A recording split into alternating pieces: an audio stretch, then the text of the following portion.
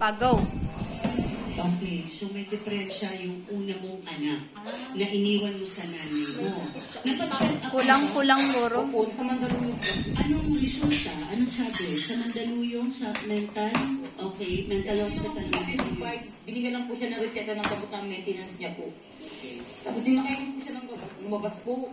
Tapos mga ilang araw po, wala po kami pabili ng gamot. Hindi naman po lumabas ng bahay. At tulungan naman po sa ng bahay. Tapos may sisasakit po namin po hindi ba nakakain na sa anak ko. Pag hindi po nakakain, hindi ba naman kami bibigyan ng pagkain. Wala kayong pagkain, nakalimang anak ka. Pero yan sa upo, minsan po, pag di naman po maganda po yung taon, hindi naman po umuulan, nakakabuhay naman po yung asawa. Anong anak buhay ng asawa? Taon po. Magtataho. Okay. Diyos ko. Kausapin natin ang isa sa ating trio tagapayo ha, kasi medyo mabigat yung problema na ito dahil yung anak pala ay may diferensya. So, unahin natin Basta kinabulit, nanay. ang isa sa ating trio tagapayo na si Dr. Camille. Thank you. Okay.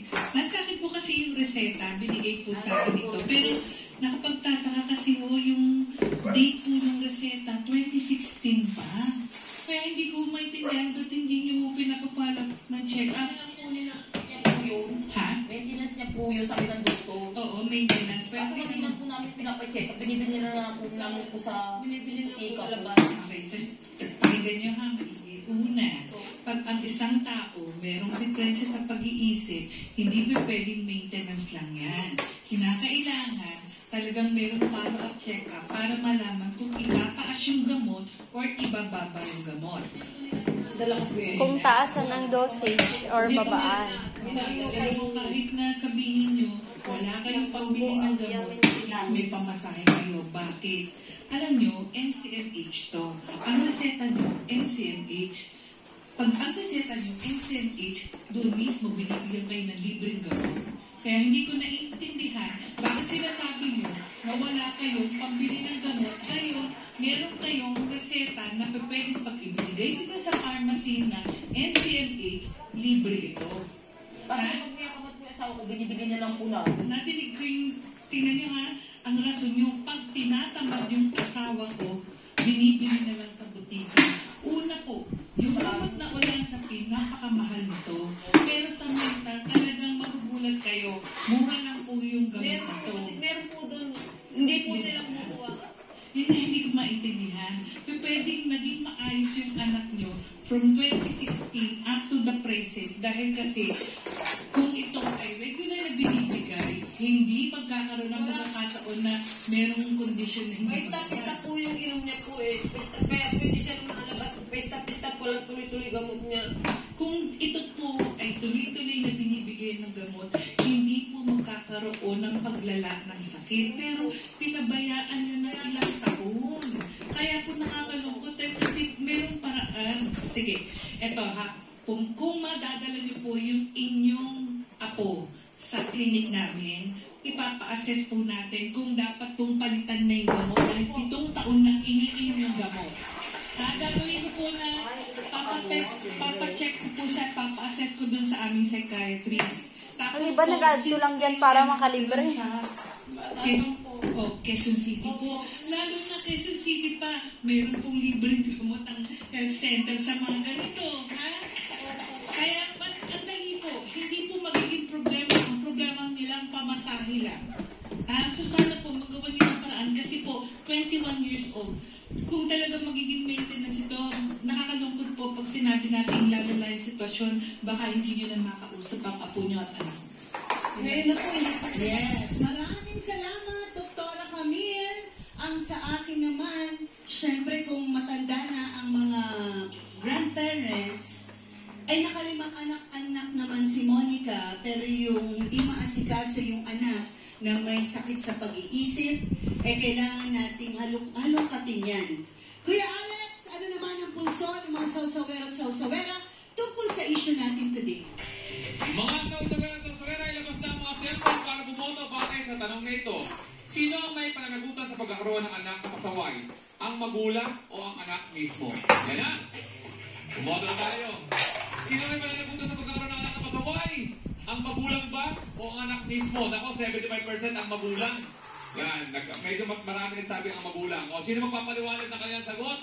Kung bakit? Ayan, ito. Siyempre, dito tayo, ate. Ate, dito tayo. Yan po. Ano po ang pangalan niya? Janet Lumbog po. Tayo po ba'y magulang? Sawsawera. Ano pong sagot nyo? Ang magulang ang ano? Ang sabi nyo, ang magulang ang may pananagutan. Bakit po? Dahil po, kahit bata man siya o matanda nag-asawa, dapat alam niya yung ginagawa niya dahil nasa normal ang pag-iisip niya. Pangalawa, pag ikaw nag-anak, obligado mo na buhayin siya, alagaan, hindi dapat ilagay sa magulang. Depende kung ang anak mo naghahanap buhay sa ibang bansa na walang mag-aalaga. Kami mga lola, kasi ganun po ako. Single parent kami. Ay! Ayun lang, ano po. Nakakatuwa naman oo si ate. Naaan po ako sa kanya dahil ako po maaga din nag-asawa. Dahil sa may magulang ako, may magulang ako, tinulungan ako ng magulang ko, pero nagpursige ko, napag-aral ko anak ko, kahit isa lang siya, ako lang mag-isa, at mga nanay tatay ko ang nagtaguyod sa amin. Ganon din po yung anak ko. 3 anak niya, nasa abroad siya, siya nagpupursige sa 3 niyang mga anak. Ako ang lola, ako yung tumutulong. May nanay pa rin ako, kami mga kapatid ko, tumutulong sa anak ko para malagaan siya. Yun, tulong-tulong. Dahil dyan, ate, umupo ka na dito. Oo, ano. At tatlong integrasyon, Mama Carla. Ang sabi niya, Oo. yung nanay niya, tumutulong sa kanya, siya naman tumutulong doon sa anak niya. Tatlong integrasyon, pero tulong-tulong para itaguyod yung ano ba, yung apo, yung anak. Yan! Mama Carla, napakaganda ng kinausap natin ngayon. Kaya naman, back to you. Saksi raw siya kung paano naging pasaway na anak itong si Monica. Langlin, pasok!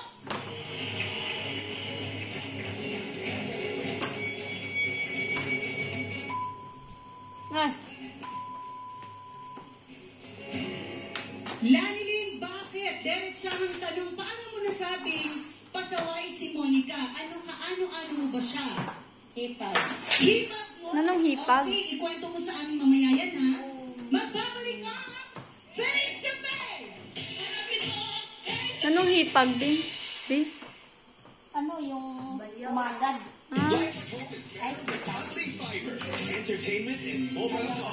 Bayaw?